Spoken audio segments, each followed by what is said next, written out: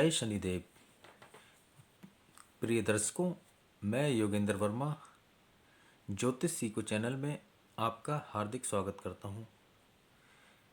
प्रिय दर्शकों, आज हम ज्योतिष सूत्र के एक ऐसे विषय में बात करेंगे जिसमें 90% ज्योतिष कुंडली का गलत आकलन करते हैं। वो ये भूल जाते हैं कि जो हमें शास्त्रों में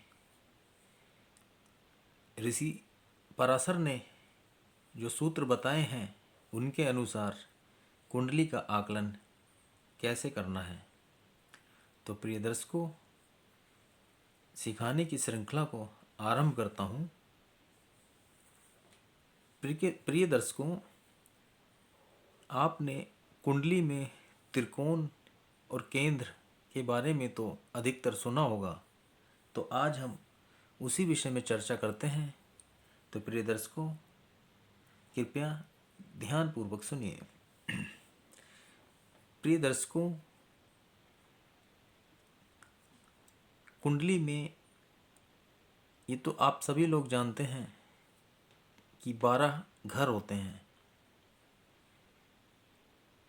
1 नंबर मेष लगन की कुंडली होती है, अर्थात कुंडली में जो 1 से लेके 12 तक के अंक दर्शाए गए हैं, ये प्रत्येक अंक अपनी एक राशि को दर्शाते हैं।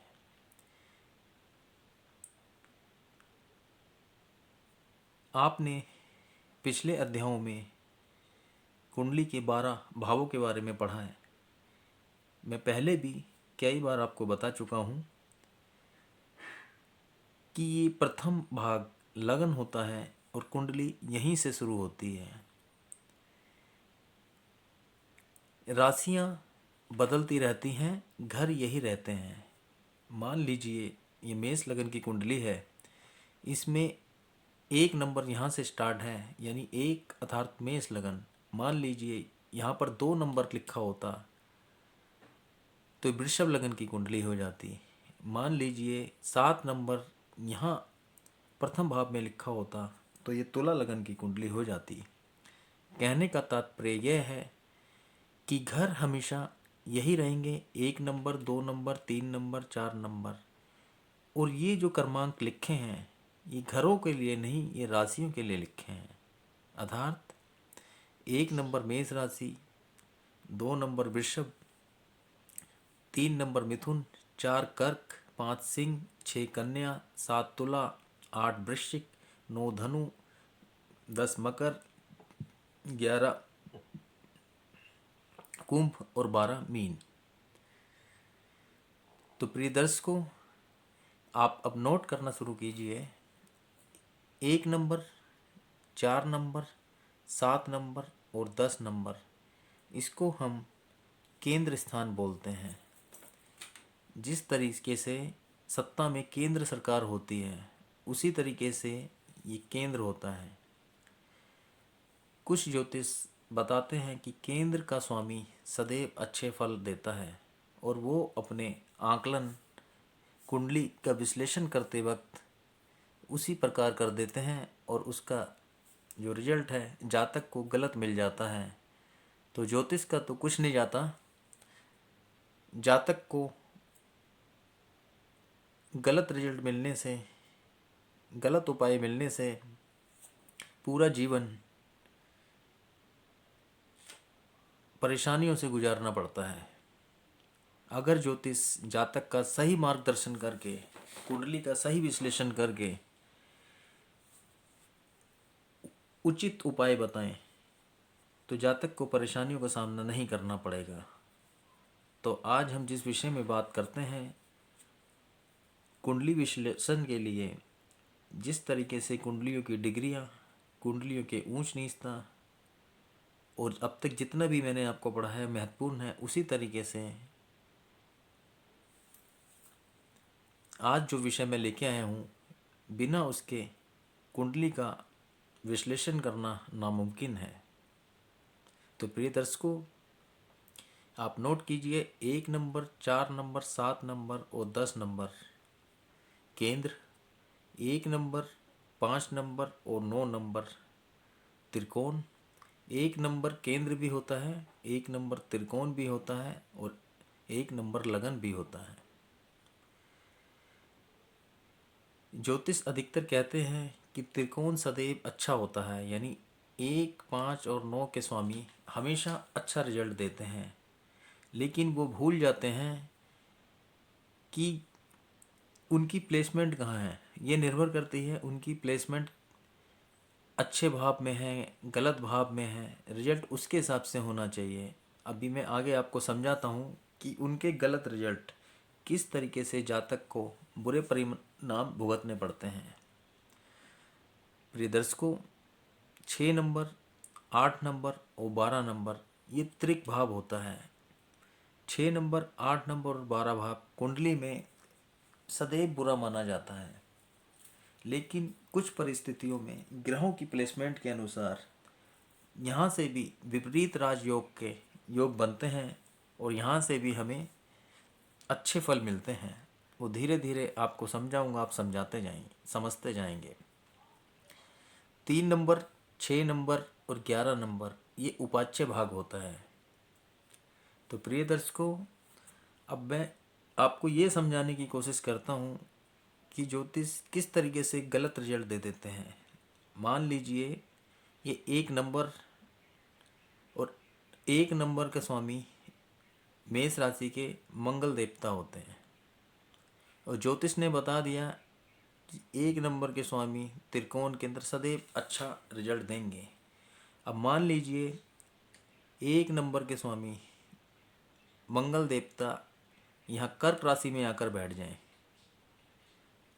आपने पिछले अध्याय में पढ़ा कि मंगल देवता 4 नंबर कर्क राशि में नीच के होते हैं।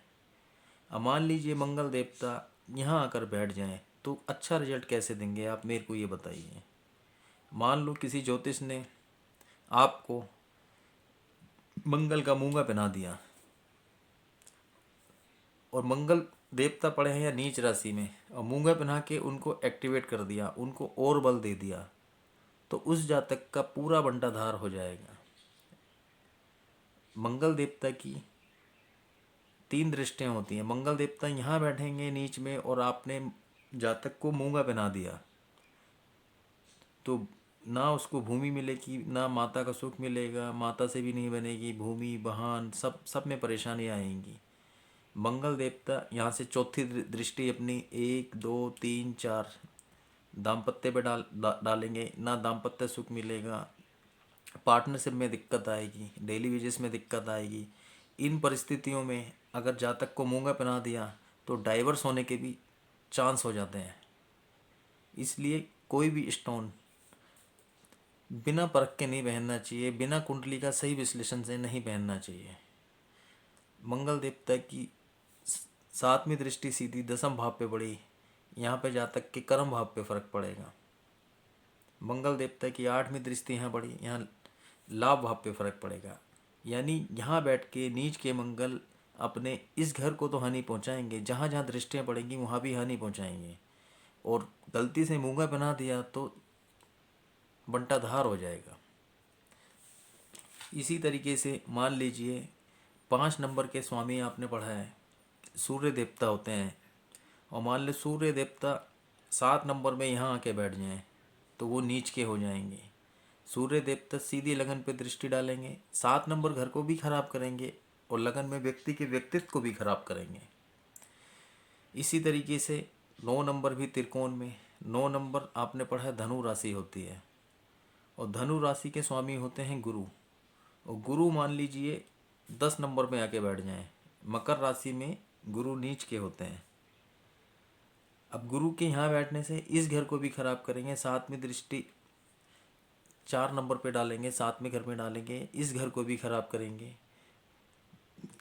5वीं दृष्टि भी गुरु की खराब, 9वीं दृष्टि भी खराब, यानी गुरु यहाँ नीच के बैठे हैं तो अपने तीनों घरों को इफेक्ट करेंगे।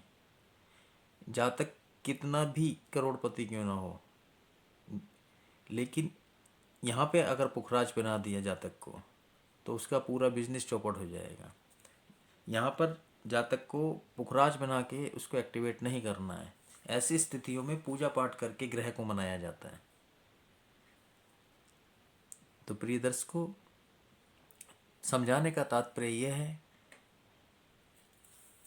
कि जो ज्योतिष कहते हैं कि त्रिकोण सदैव अच्छा होता है, 1, 5, 9, ये सदैव अच्छा नहीं होता।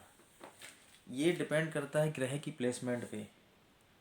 अगर त्रिकोण का स्वामी किसी बुरी जगह बैठ गया तो अच्छे रिजल्ट कैसे देगा।